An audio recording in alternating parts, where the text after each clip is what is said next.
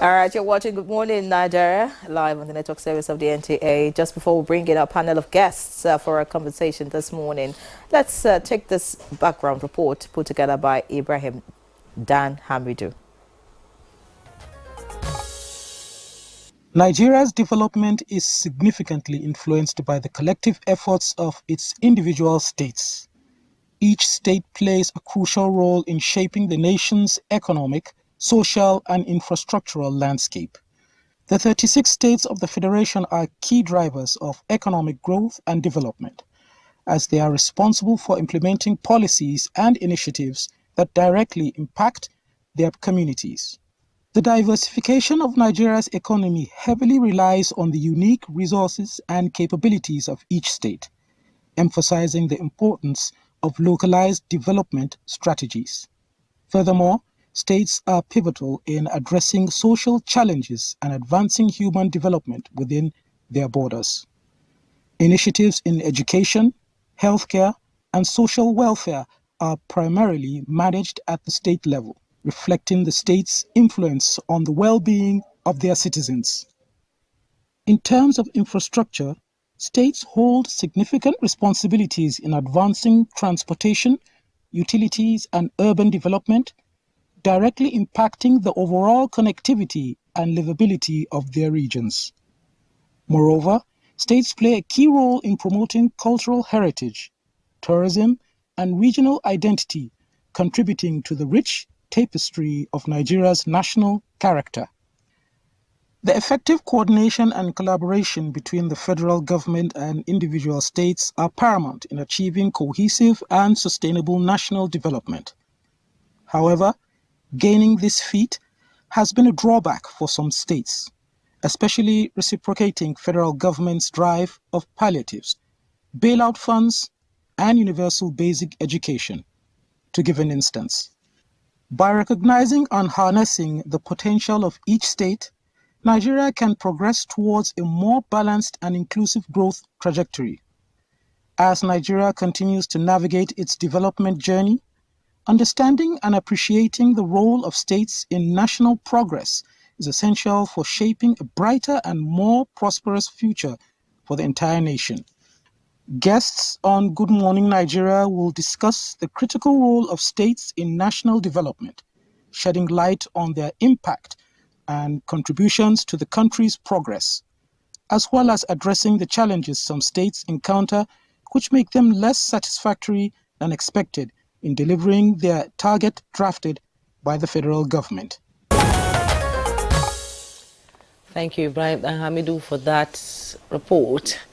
And we have here in our studio regulars on Good Morning Nigeria who have contributed immensely to discuss on national development. We have Dr. Umar Bindir, former Secretary to Adamawa State Government, former DG NOTA, and former National Coordinator, National Social Investment Program. You're welcome to Good Morning Nigeria as always. Yes. Compliments. It's my pleasure. Yes, I'm seeing you for the first time in 2024. Thank you. Yes. Happy New Year.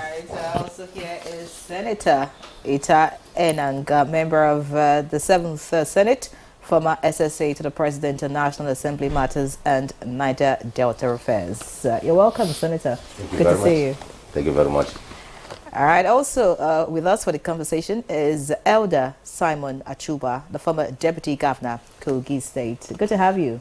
Good morning. Welcome, Good morning, sir. Nigeria. It's a pleasure to have you all, gentlemen, and let's just lay the foundation for the conversation here, and with your own assessment of the contribution to national development by states. And can we say they collectively have performed well? Let's begin with you. Well, yes and no. If we have not done very well. Good morning, Nigerians, first of all. It's a very, very simple and good question. Yes, I think I want to remain positive. We're doing well, but we need to do better. And I think that's what I want to start with. I want to say pointedly that the states and the local governments have not done well at all. What the states do is to hide behind the federal government. And whenever there is a problem, they point their finger at the federal government. Meanwhile, the constitution and the allocations to the states are meant for the states to use in solving the problems.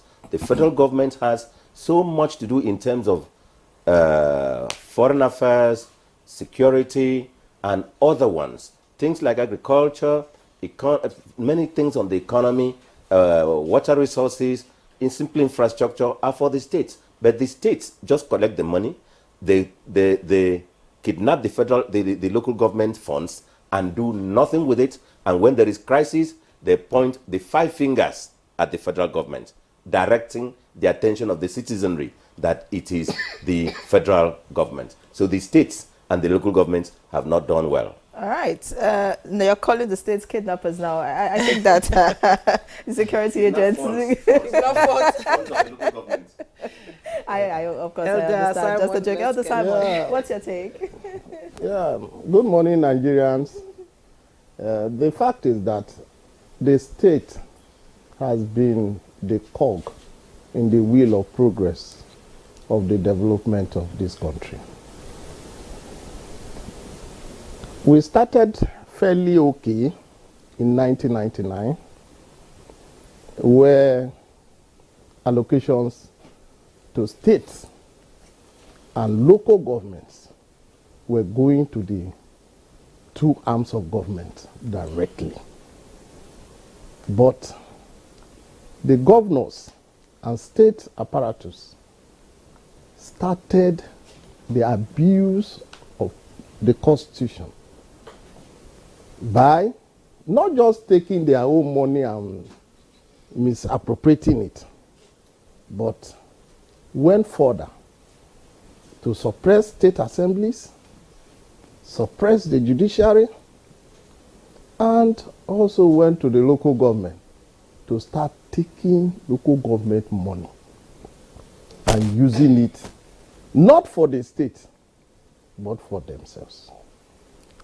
Most states today hardly can survive on their own.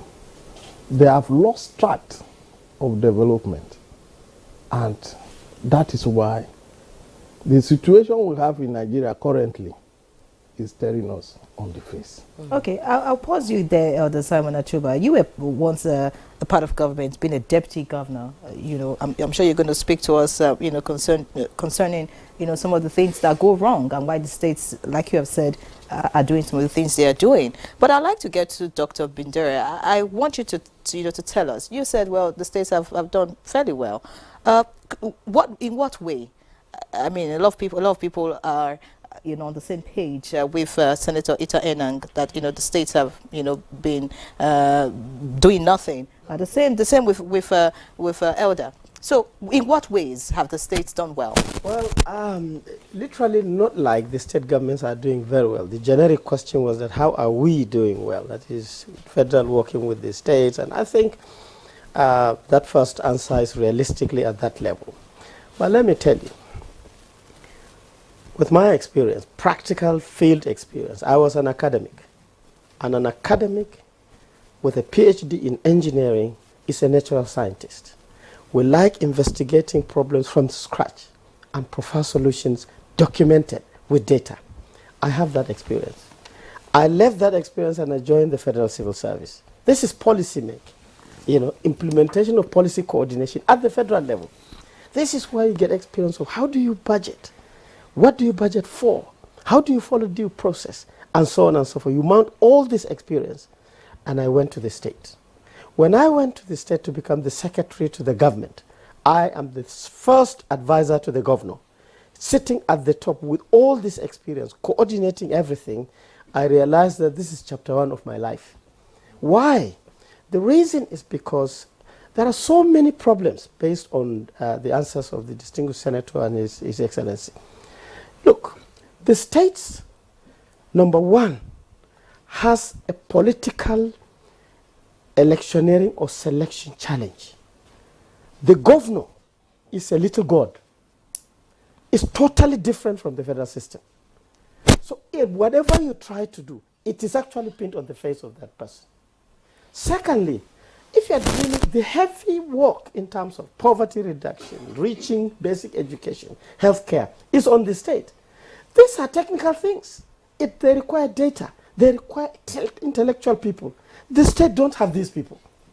not in an organized way that we think at the federal level. We're sitting actually here, I thought we had problems, but we're in heaven. You go to the state, you see a commissioner, the permanent secretary, and all the whole structure is not geared technically to deliver these basic things. Third, when you were only talking about money, money is a catalyst for development. Money alone does not develop you. You get what I mean? You have to have the people, the planning, the strategy. Then money empowers you to do that. Even simplistic budgeting at the state level is templated. It's a page. You feel that every year. And when you do that, you don't address things at all. I remember I called the Commissioner of Education. I said, my brother, tomorrow I'm the Secretary to the government. I want the list of all the primary schools in this state, both public and private. He said, oh God, we don't have. Then how do you plan your education system? The same thing with the healthcare system. The same thing with the roads infrastructure. In fact, it's the same thing with the agricultural mapping. Which crops do you grow? Who are the growers? What are the volumes? How do you transport? Look, where are the markets? What do they sell there? So the whole of this heavy technical responsibility is on the states, but the capacity is very, very weak. And we only see at the bottom when performance is very weak, we say, oh, no, kill them and break them and so on and so forth. So as a summary, when you have all these issues hinged on this very weak infrastructure, that is why I said they're trying. You made mention that trying, yes. people, you know, that the right people are not in place in those states. Is it that the states lack people who have the skill, you know, to be put in certain positions to make sure that there's development, or is it that politics is what makes them, put square pegs in round holes? Oh well, you see, His Excellency will tell you today. I don't know about other states. Go to your state and ask, how many physics teachers do you have? You will be shocked. And without physics teachers, or mathematics teachers, or chemistry teachers, how do you get the future engineers, the future doctors, the future, all the scientific people to solve the problem? Once you don't have that, you have a very bad and weak foundation. So capacity is the issue in the state. Once you have capacity, you don't plan very well. You don't do things very well. You don't monitor and evaluate very well. And at the end of the day, the only thing you can showcase is weakness. Oh, you've raised some alarming issues here, and it's somebody that's within the system that will be able to understand. But we are on the sidelines, and we know that states usually play a pivotal role in national development, economic growth, and provide social services. And a strong partnership between states and the federal government is important to ensure coordinated efforts towards national development. You've been on the state, you've been a deputy governor in Kogi State, and you must have experienced a lot of things. The local governments are almost non-active in most of the states. And how can states now play the role they are supposed to play towards national development without coming cap in hand every month to the federal government to ask for money? Well, the Constitution spells out the roles of the state and the local government, and also that of the federal. They are there, it's very clear. But the oppressive tendencies and constitutional abuse cultivated by leaders of the states is what has brought us to where we are today. Take, for instance, if there is direct allocation to all local governments, the insecurity we have today will not be there, because local government will have their resources. They will be able to sit and call for F&GPC meeting, call for security meeting, and take care of the internal security of their local government. That can't be now, because the governors have taken the powers and the economy right of them. They can't call for any meeting.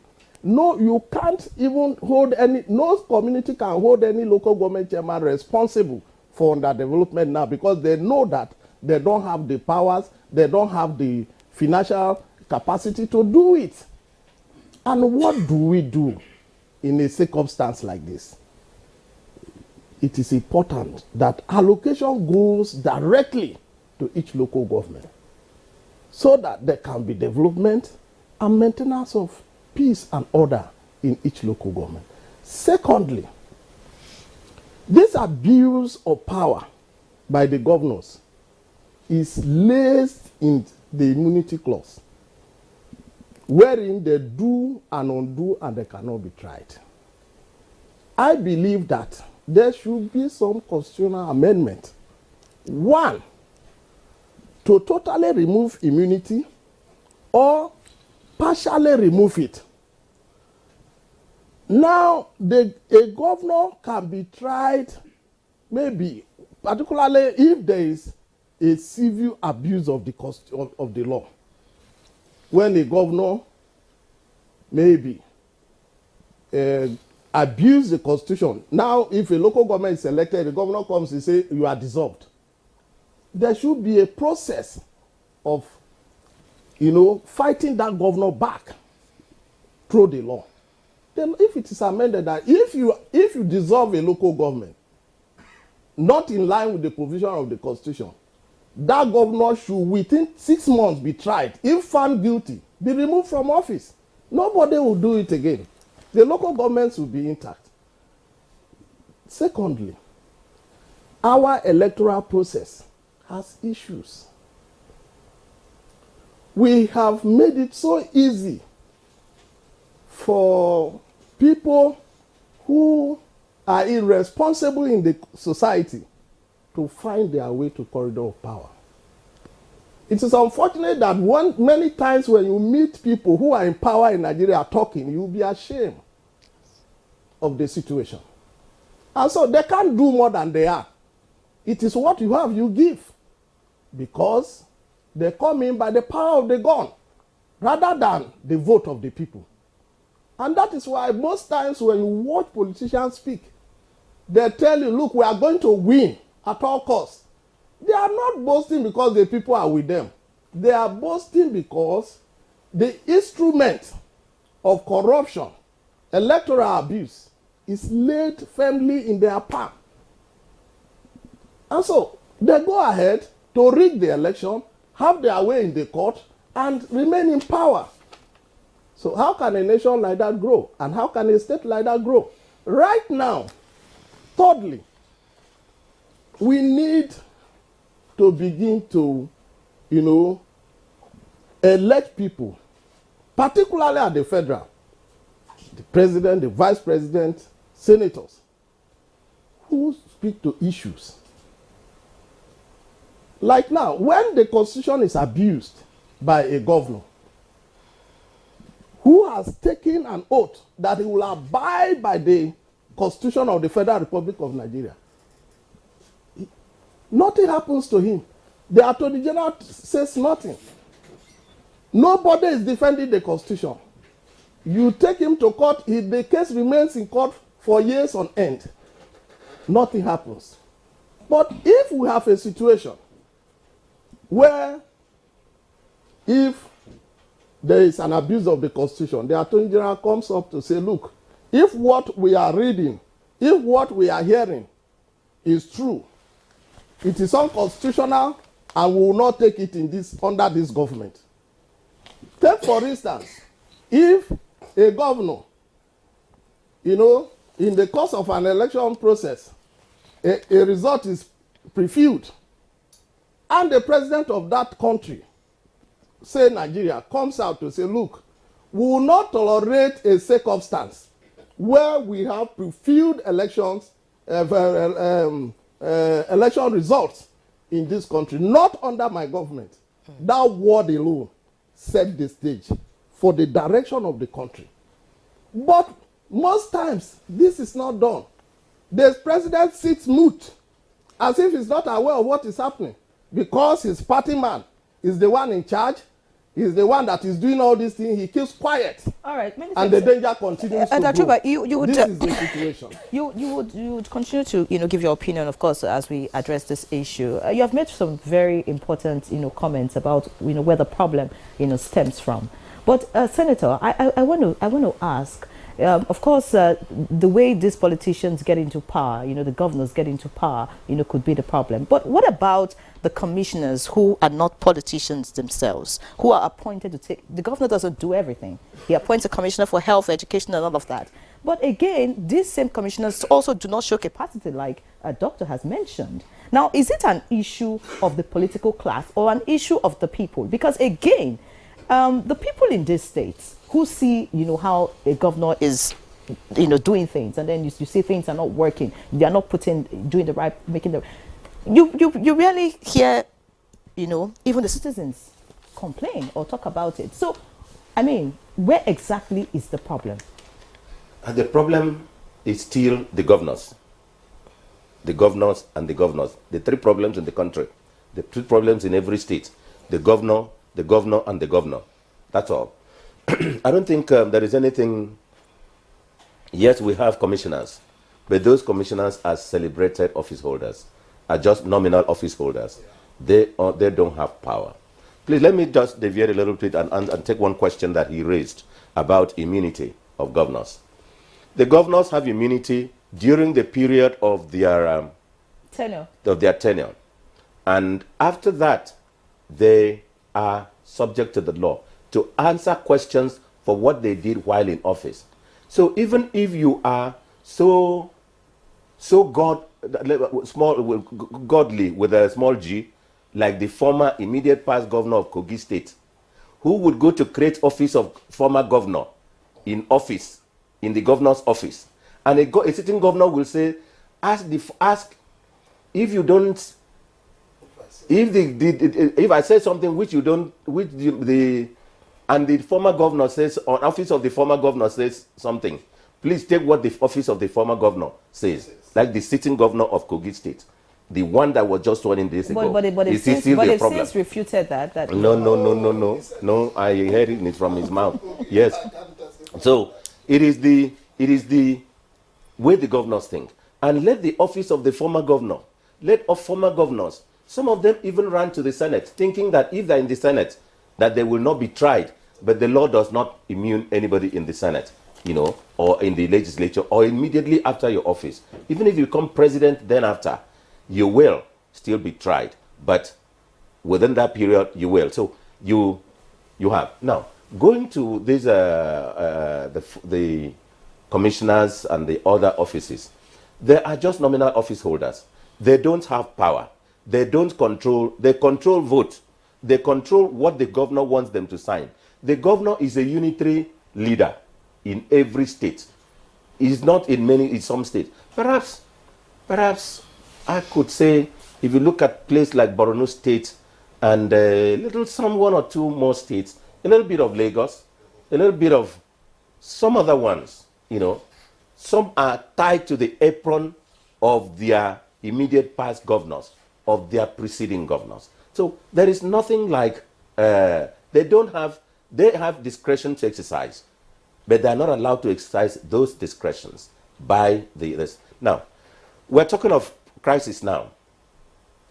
You have the local government, which are supposed to manage the food situation. They're supposed to manage security at their levels. But all the governors have done is make sure you reside in your local government. They don't, that is, he has pronounced, but the people are always somewhere else, Now,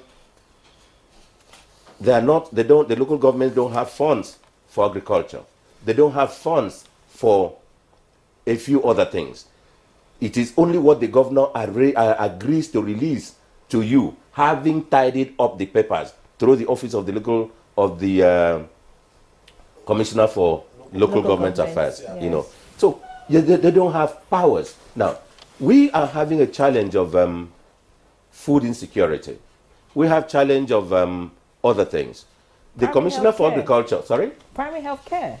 Primary health care. You have the Commissioner for Agriculture. You have the Commissioner for Health. Now, how many of them can say that they have a strategic food reserve in that state? How many of them can say that money has been released for for cultivation? How many of them can say that there is a plan to use the lands of the state to cultivate? No, they are not using. They are not working on it. They are not after it. If there is crisis of food, they say Tinubu administration. They point the 10 fingers at the federal so that none will even point at them if they did one. So we need to have reorientation. I want to please plead with the office of with His Excellency the Vice President. He chairs the National Economic Council. He just has to do something to redirect the governors of the states. The immediate past Vice President and the Professor Simbanjo had taken steps on the National Animal Transformation Plan. He has taken steps on making the governors to go back home to cultivate the land. It was arranged that they should have funds through NISAL, through the central bank. Those funds were hard, but they produced nothing. They engaged in political agriculture. They took that fund, go to the different states. There is no state in this country that did not take funds, either from the central bank or from NISAL, for agricultural purposes. It is now that the effect of those what they planted, what they cultivated, what they used for in that agriculture, that should mature. Now, we don't have rice, we don't have wheat, we don't have other grains. We're talking of bringing out food from the strategic food reserve. Strategic food reserve of who? Strategic food reserve of the federal government. Where is the strategic food reserve of each state government? Where is the strategic food reserve of each state government? The state governments own the land where you ought to plant. The federal government only owns land in the federal capital territory. All the other 36 states, it is the governor that controls the lands. There is the provision in the Constitution of the Land Use Act for the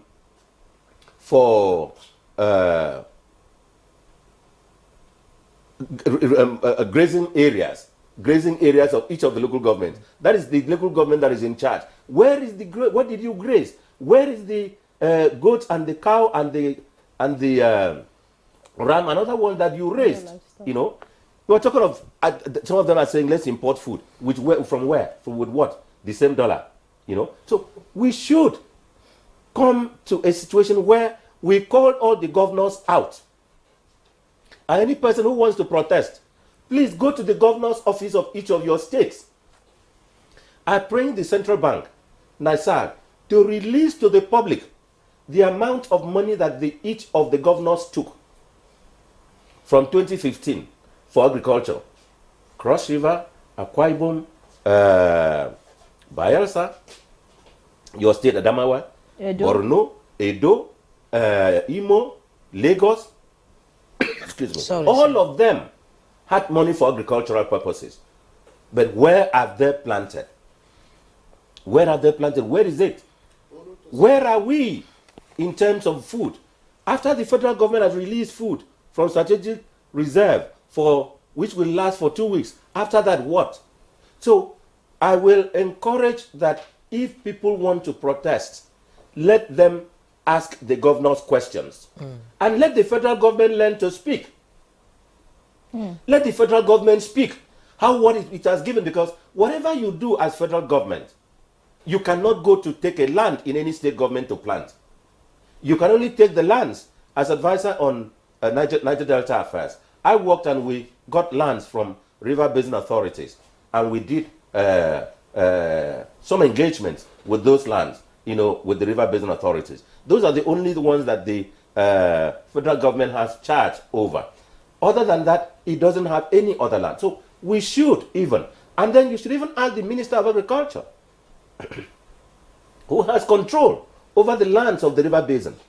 What have we planted in the river basin authority lands? No, Minister of Water Resources. What have we planted? So we just have to think. We just have to think and ask ourselves questions. Yeah, we need to go deep and ask ourselves. Let me come back to you. Everything both of these guests have talked about is how the role of the states can be used to develop the state, and we cannot overemphasize it. And let's now bring in the National Development Plan 2021 to 2025 and its potential to help the states develop and position it for sustainable development. Is it working? Are states keen into this development plan? Well, yeah, thank you very much. I like the reactions of my leaders. They both got elected. I tried once and I failed. You see, you failed because you didn't have cocoa. You see, let me tell you, a plan is a document, yes, right? Authored by intellectuals based on so many things. But I can tell you, we Nigerians, we must learn understand that we and a product is sold internally and externally based on the brand. If you don't work on your brand and the only thing people outside or inside hear about you are bad things, you are in trouble. When do we say the good things about ourselves? Everybody has a problem. This continent has 55 countries. All the 55 countries are poor developing countries. And the definition of a developing country is that you have high poverty. This is what is happening. So it's not like the rocket science. Nigeria has a very beautiful structure of management. And there are only two levels of territorial control in this structure. The one level is the political class. The president, his own constituency is Nigeria, 36 states and FCT. And the reason why he appoints ministers, the constitution gives him, is that his image in each state is embedded on the minister. So the minister is literally the mini president. So even if you are minister for water resources, you are expected to work very hard like the president. Make sure that agriculture is working. You are working with your government. People are getting information. You only have an office to ensure that you are being given energy to operate. When you go down, there are 36 states, 36 governors, very carefully selected. Their territory is the state. And the reason why the governor has commissioners is, again, exactly the same thing as the minister. But all the others, their constituency is very clear. The senator has a senatorial district. The House of Rep has a House of Rep, the House of Assembly, everybody. The other class of territorial control are the traditional leaders. You never hear of them. It is a simplistic structure of the local structure where you have an emir, district heads, village heads, and ward heads is very, very clear, right? These ones, we push them to one side, but they're very important. So, for me, practically, our country is structured very well. I like His Excellency Deputy Governor spoke about directly contact the local government. Let me tell you, even if you carry the Ghana must go to the local government chairman's house, he will carry the Ghana must go to the governor's house. Yeah. And if you don't, the way we are, you get what I mean. So, to me, first of all, our country, based on all these plans and discussions, must understand that we have to develop our character of partnership with it up. There is no governor that can implement policies to develop his state by himself. There is no ministry that can implement the mandate of his ministry by themselves. When you say food security, it's not an agriculture thing. ICT has a factor. Information has a factor. Water resources has a factor. Health has a factor. But this trait of partnership and synergy in our country, and it's all part of the National Development Plan. We don't like partnership. We like control. We like territorialness. This is my ministry. This is my a minister will say, my PAMSEC, my directors. How? Just say the ministry of PAMSEC, the Ministry of Water Resources, for example. So it is this that we have to develop. All right. Yeah. Thank you, Dr. Bindera. We'll take a break now. When we come back, we'll continue the conversation. Please stay with us.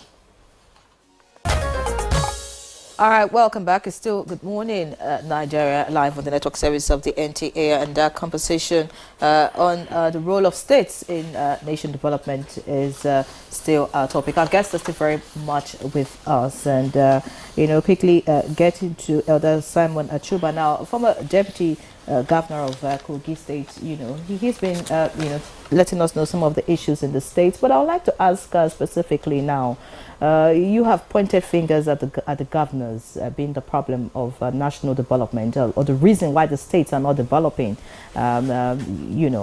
So, I tried to ask Senator earlier about, the role that people could play, especially when they see that an elected governor is not doing the needful. As a deputy governor, could you, just paint a picture what it's like, between a governor, a deputy governor, and the commissioners? Is it that the governors, do everything in the state? I'm asking that again because there are other people who can actually put the governor in check. So is it that it's impossible in our present? We just want to understand how highly placed these governors are, if they are actually God with a capital letter G now, if nobody can actually check them. How does it play out really in a government setting? Just let us know. Well, thank you very much. See, so far, it is difficult for the deputy governor, commissioner, or whoever, the state assembly, to check governors. I did, and I had the purported impeachment. Because as one who has been part of that state right from 1999, as a member of the state assembly twice, a deputy speaker, who has been very critical of underdevelopment, I called my governor several times at his attention to the need to use state resources for the state, for the people. But he fell on deaf ear. And that was why those crises brewed, because I disagreed with him. You see, once anybody disagrees with the governor, he goes ahead to make sure you are removed, whether rightly or wrongly, including members of the state assembly. He uses talk to make sure you don't come for sitting. And this is where the president of a nation, the role of the president matters. The role of the attorney general and minister for justice matters. Under my watch, this cannot happen. It straightens issues. But most times in Nigeria, our president sits mute because what the person is doing is telling him that I'm doing this to win the state. If not, I will not be able to win. Winning is not an issue. It's making provision for life that matters. That is what matters. But our presidents and people in the corridor of power have given priority to returning to power than looking at the welfare of the people. Like we are in Nigeria now, we're already talking about 2027. After you are sworn in 3 months, 5 months, 6 months, 7 months, you are talking of 2027 in the face of what Nigeria is facing. I mean, it's senseless. It doesn't make sense. So the issue is this. We need to have president who speaks to power. We need to have presidents who speak to issues of the nation, as it is done in all around the world. When there is an issue, president comes out to say, look, if this is my own opinion, it is not law, but that gives the nation direction. But we compromise every situation. Take for instance, when Ododo said, oh, if I speak, and my former governor speaks, if there is a variation between the two, pick his own. Oh. He went further to say, oh, I'm going to have immediate past governor's office in Kogi State. The attorney general is quiet, the president is quiet, the people are speaking, nobody from the federal government is saying anything.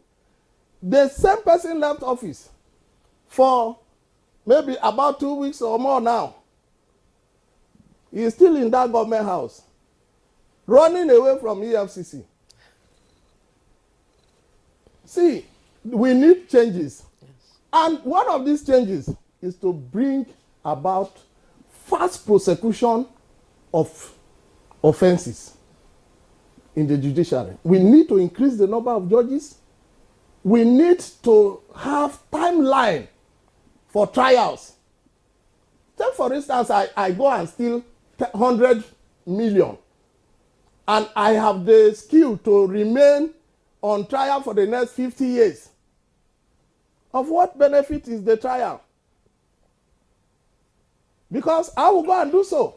Secondly, where you have a provision for plea bargain, somebody stole money, federal government money, not his personal money.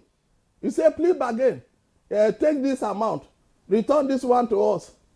What level of corruption is that, for God's sake?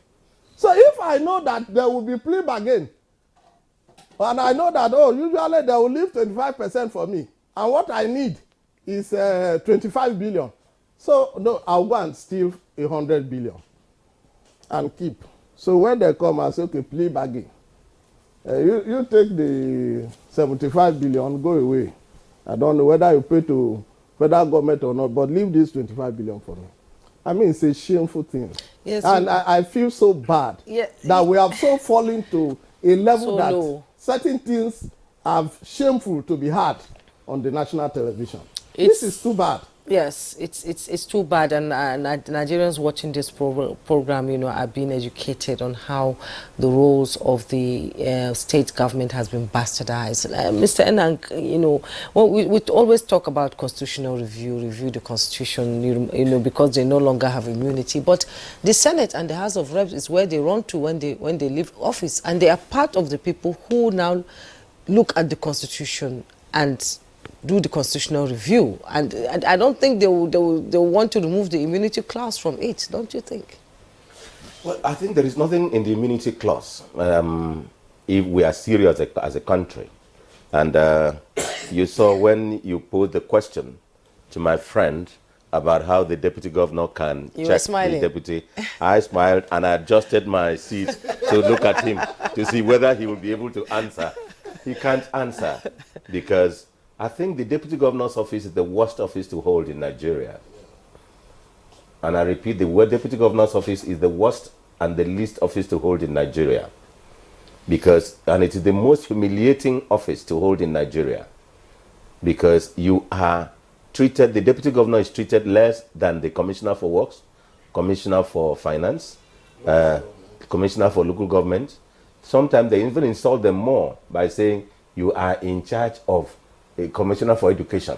It's a deputy governor and commissioner for education. That just insults you. So I think that there is something that should be done to the governors. Something must be done about the office of the governor. But how can we do it? Because whatever you want to say in the National Assembly, it has to go to the State Houses of Assembly. And with respect, with the greatest respect, the State Houses of Assembly, I normally don't. I'm a trustee of the legislature. I was in the State House of Assembly. I was in the House of Representatives for 12 years. I respect the legislature. And as Secretary of Presidential Implementation Committee on Autonomy of State Legislature and State Judiciary, I feel so disappointed that the level to which the State Houses of Assembly have been reduced to, that even their own independence, they say, what does a table here, that is in my language, what does Oga say? What does Papa say?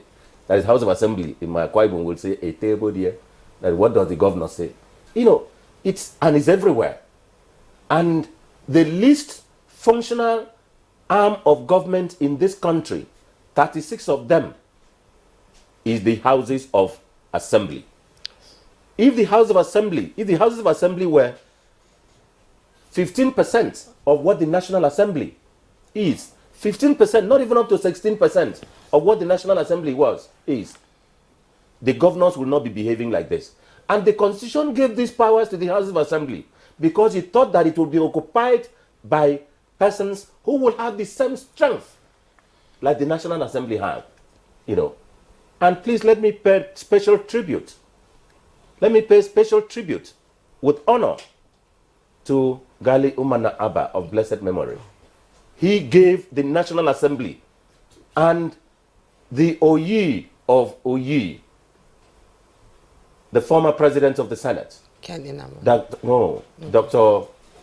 Chuba Okadibo. Yes. The two, with us, as members of the House, gave the National Assembly the teeth and the venom it now has, so that no president will they do 1% of what the totality of the 36 governors have done.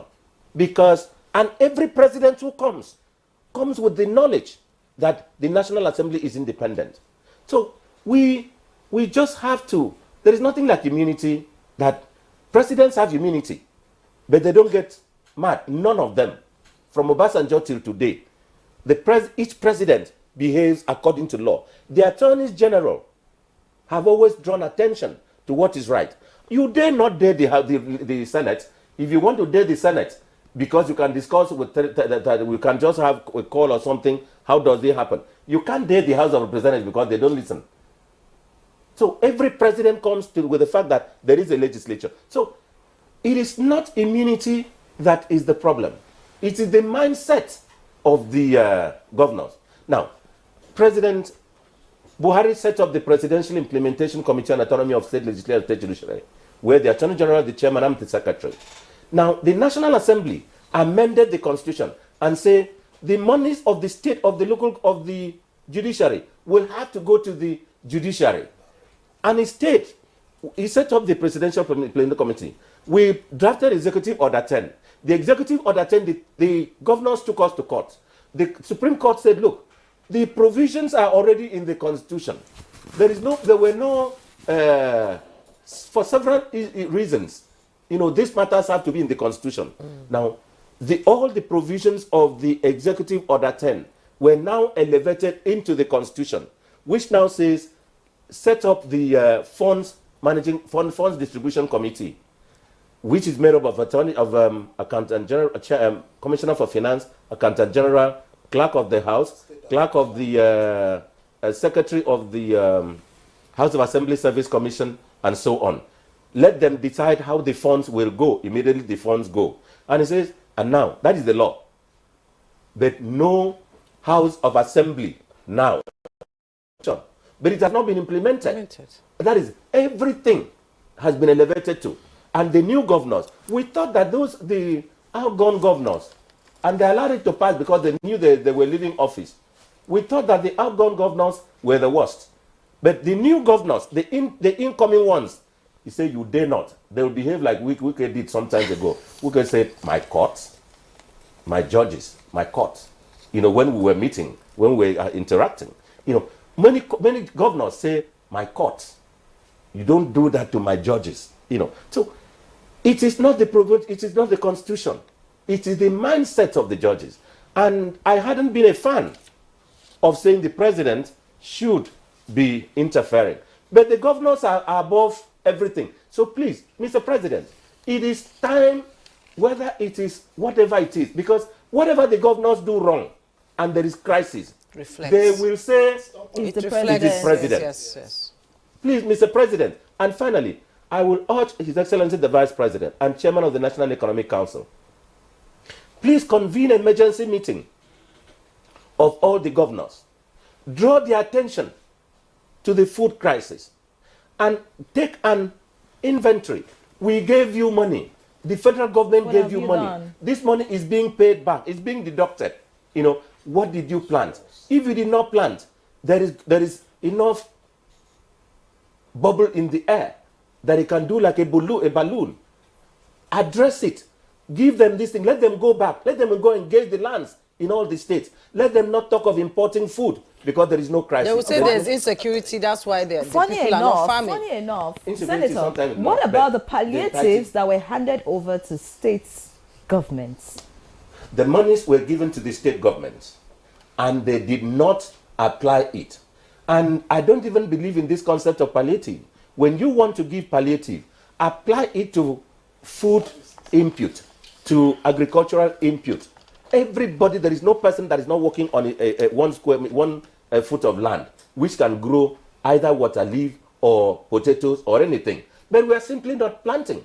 I saw this morning one political action by Kano State where they say they're going to go to arrest people who are hoarding food. There is no hoarding of food. There is no food.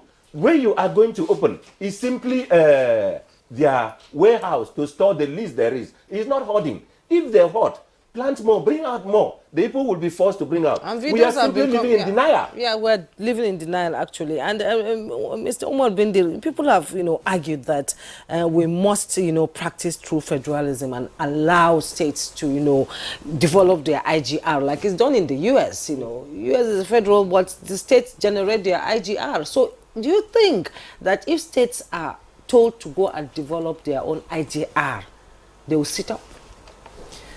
Well, at a big question mark. IGR is like milk coming out of a cow. First of all, you must have a cow. And the cow is not just any cow, it has to be a female cow, the right breed. And then it has to be pregnant. And it has to deliver. For it to be well and get pregnant and deliver, it has to eat food.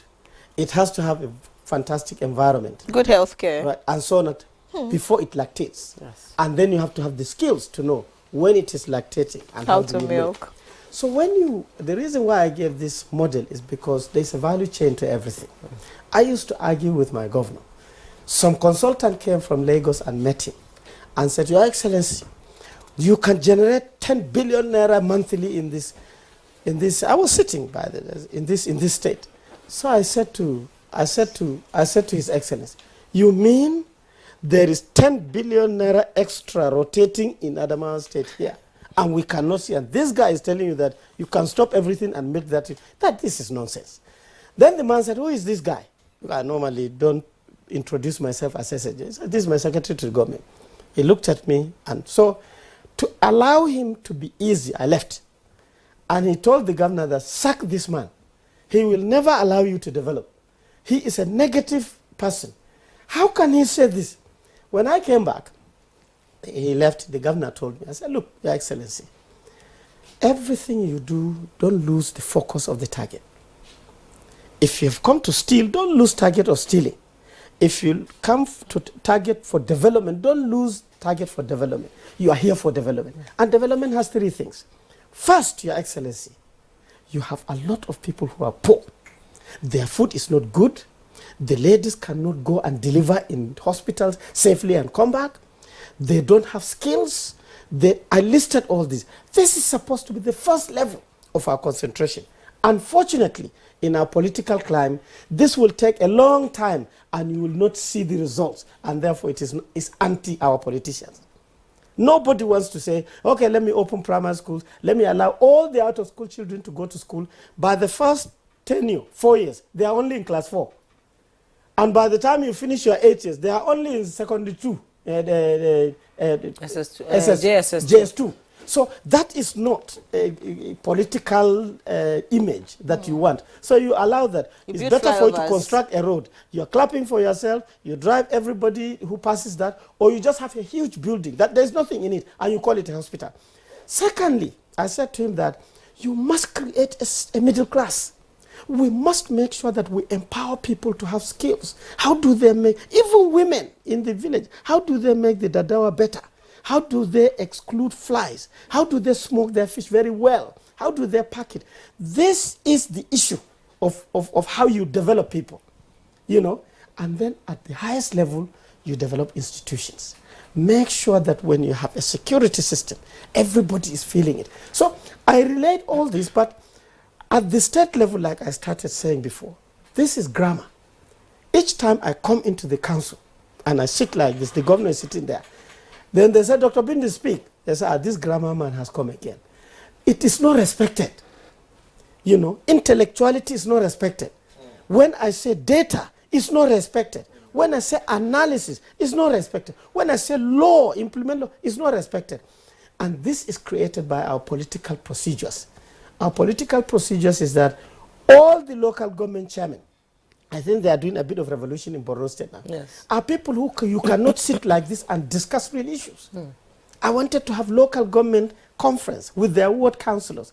All the ward councillors are just sitting like this. They're supposed to be the legislators who can actually pressurize the local government. No, they are not even visible. Are you with me? They're just monthly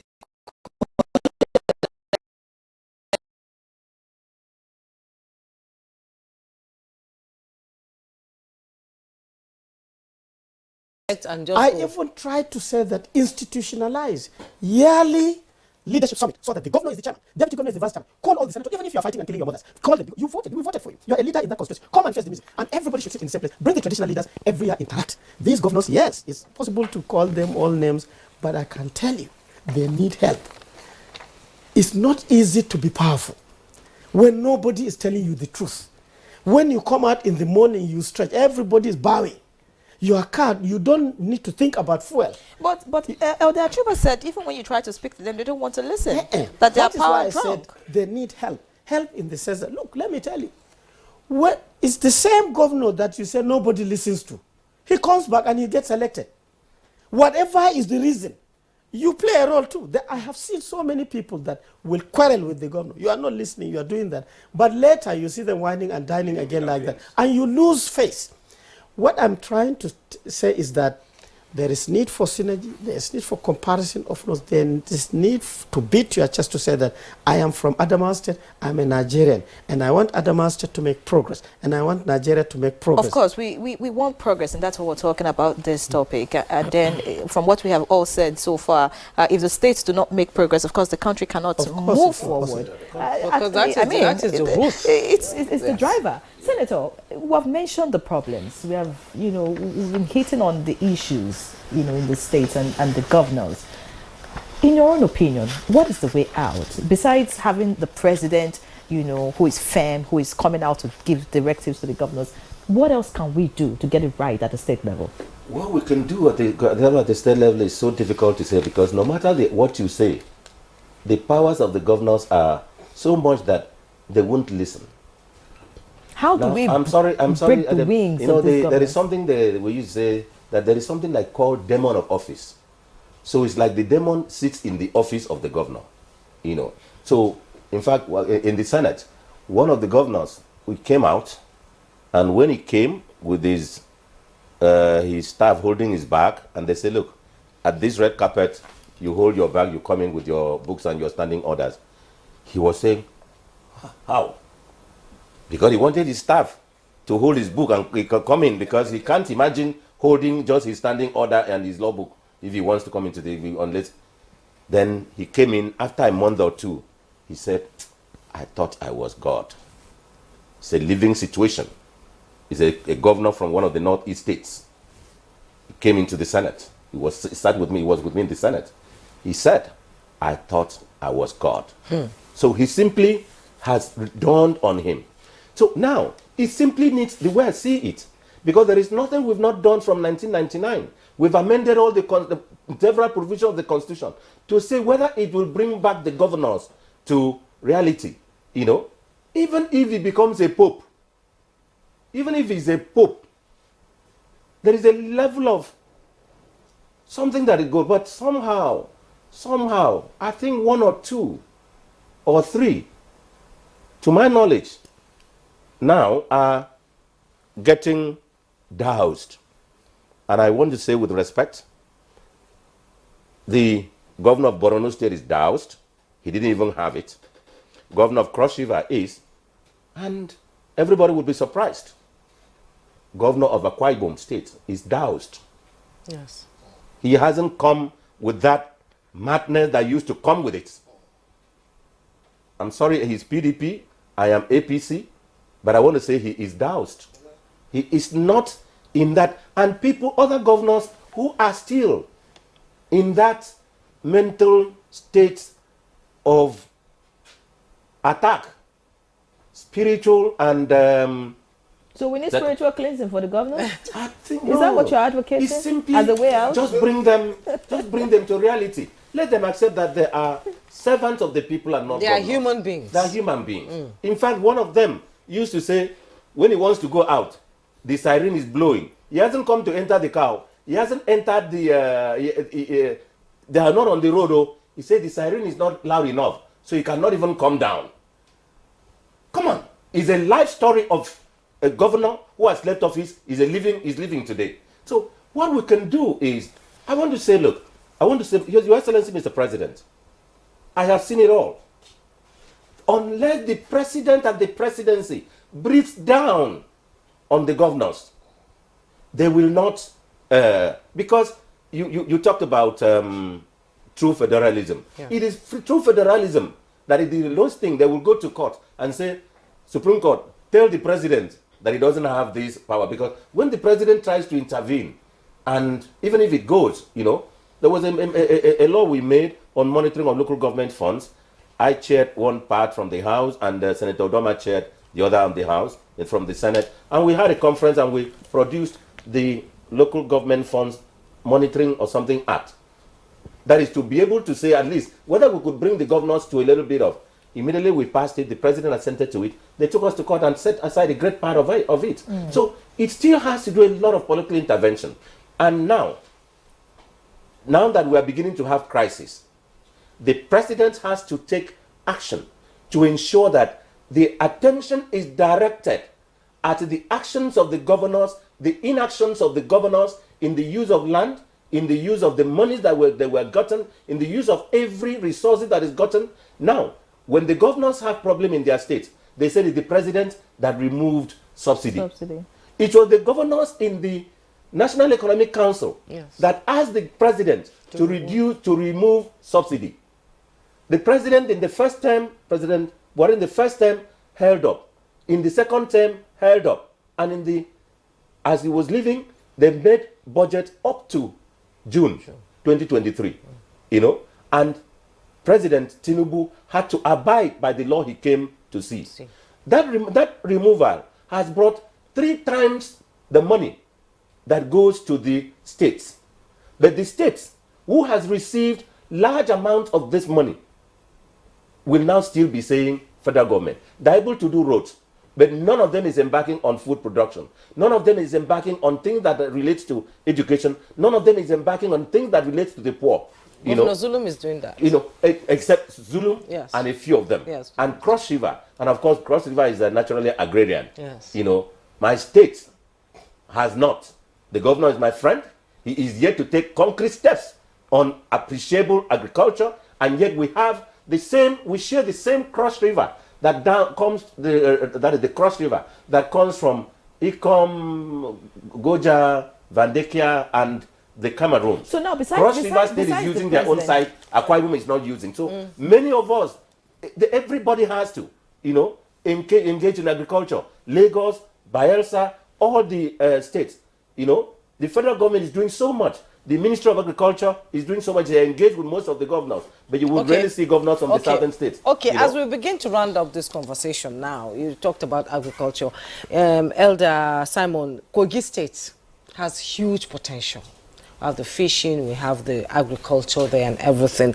But we've been discussing about all this, and we have not talked about the elephant in the room, that's godfatherism, as a factor in states not playing their roles well, because when the governor leaves, he has a percentage of what comes out of the state, budget every month from the governor in seat, like something we're seeing now in Kogi.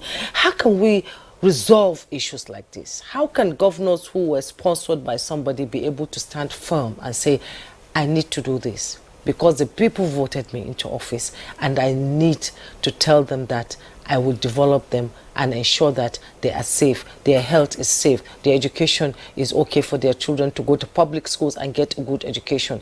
If we take away for godfatherism, will the states work? Yes, the state will really work well if there's no godfatherism. The godfatherism is a mentality created by excessive worship of the governors by state actors. It makes them feel that my word is law. And so they go ahead to do whatever they wish to do. And they get away with it with the legislator and also in the courts. They get away with it. What should be done is this. We have listed some of them earlier, is that trials of abuse of the Constitution should have a timeline, even while you are in office. That if you abuse the Constitution, you can be taken to court If the court affirms that you have abused the constitution, you are removed. Timeline of 6 months. If 1, 2 governors are removed, I'm telling you, the nation sits tight immediately because they will be afraid to be removed. They conquered the assembly and made it totally difficult in Nigeria now for any assembly to give an impeachment notice to a governor. It can't happen anymore. Like a parastatal So now. it's like a parastatal under the state governors. So if this outlet of leaving office, the fear of leaving office, and within a timeline comes in, is amended, I'm telling you that the governors will sit tight. All this abuse of power, godfatherism will stop. So, and because you can't ask me to go and carry money and come and give you when I know that in the next 6 months I will be in prison for life. And the punishment that is often given is funny. Somebody steals so much money and I have to go for 6 years imprisonment. If maybe I come from a very poor family and I want to ensure that I leave, wealth for my family, then you can steal any amount. After governor, I don't even want to do anything. Yes, let me have 5 years holiday and be in the prison. In comfort. In comfort. And sometimes even in prison, they come out, they do whatever every other person is doing. Many thanks, so they will do that. But if the punishment is heavy, it's a capital punishment, maybe death penalty, or life imprisonment with hard labor. As a governor, you come out wrecking wood for citizens of your state. Breaking stones. Breaking stones everywhere. When 2 or 3 governors see that, their mentality will change. They will begin to think in favor of the people. But we need to do more. Looking at our country, is this really, possible? Dr. Binder, we're rounding off this conversation. I'd like you to share your thoughts, because I'm just thinking. But, can the people do something? Citizens of states, don't you think that they have power? If they use it appropriately, can't they put these governors in their right places, or can't they take them out of those offices? Where would you want to place the power of the citizens of these states? Well, thank you. As long as we continue having the kind of political structure, the party system, and the electioneering processes, and so on, it's very difficult to break it because the people, as you always hear, you are the electorate, you are the one who elect people, is at various levels. There are the noise-making ones that overwhelm everybody, and before you know, there's nothing rural village people can do. One person, one single person, can make the whole area of so many villages to just do whatever he wants. Vote for this lady and they will vote. Don't vote for this lady and they will not vote. And it is there. But for me, the take, since we are talking about national development, is that we must introduce the art of measurement in our own polity and leadership and do the sanctions that His Excellency was, but also honor people who are doing very well so that I know when I do well, I can also be, not these newspapers and so on, putting together, you pay for it and then they put, no. Proper, similar to the national honor, but even that, it's been diluted now. Before you know, you see names that are not honorable being there, So that's one. Two is that we must be able to, since we're talking about money budgeting, to track if every state at least the budget. I am yet to see an institution in this country that collects the budget documents from every state, 36 budget documents, and analyze them to reflect the national development. I am yet to see that. That needs to happen. Three, I think we need to develop a culture of data, facts, and figures. There's no way you can just be doing things anyhow. Now we have the food security. People are running to stores and so on. We should have known this is the amount of food that has been produced. This is how it was transported. It is over there. We know we have food here. we know we don't have food. This art of documenting things and ensuring that it plays a role in your whole thing must work. A governor who is doing whatever they like, stealing money, I don't know how people can steal the kind of money that they are saying in billions and billions. When money is in a bank, is in an account, somebody has to say, bring this money out. And still, one person who cannot sign checks, he cannot go to the bank, is the thief. You get what I mean? It amazes you how it works, but it is happening. It is only when we now go on documenting and dataizing, we have to go digital. I am telling you, we have to go digital. And all meetings, starting from ministers, I'm sorry, Honorable Minister, when you present your memo at Federal Executive Council, it should be by PowerPoint. Not verbal opening page, one, page two. No, we have to do that. Governors must also do that. When they have economic council, every governor must speak, and they must speak digitally. Put curves. I have invested. I have seen this. This is where I'm having challenges, and so on and so on. So that each time we come together, we get better a little bit. But this thing that we're just going back and forward, and before you know, we're branding our country as a stealing country, a corrupt country, a bad country, it's not a good thing for Nigeria. Okay, Senator, your final thoughts, we always say that the closest closest government to the people is the local government. And we've seen some states now having elections, which didn't happen for almost more than 8 years now. And, having elections, bringing in local government chairmen that will be able to, interact with the people at the grassroots. But we always look at the fact that these people are always mostly kept perpetually poor. Yeah. And the contact is only during elections. Yeah, I want to say that there are no elections in local government. There are selections to the local government. Okay. If you are APC, all the local government chairmen will win from APC. If you are PDP, all of them. If you are Labour, even obedient, they will win. So they can't tell us that will change. No. So it's the local government is. I started here by saying their funds has been kidnapped. And so it's not a process. They don't even exist. They are just glorified. They just give them Prado to drive and then give them police to guide them. So they don't have power. They don't have anything to do. And that is why we are poor.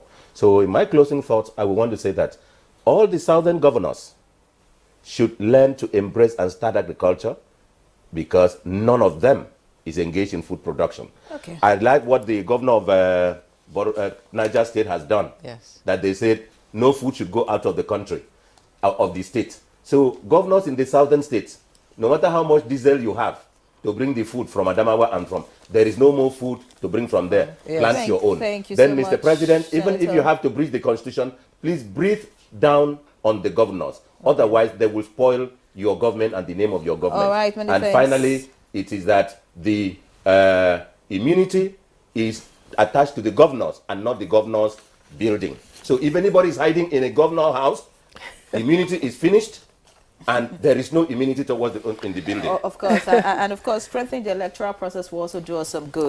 Getting yes. people in the right places, and making sure that the votes count. All right, many thanks for your contributions to our conversation this morning. Dr. Umar Binder, former Secretary to Adamawa State Government, former DG NOTAP, former National Coordinator, National Social Investment Program, and another appointment coming shortly. Thank you for being a part of the conversation.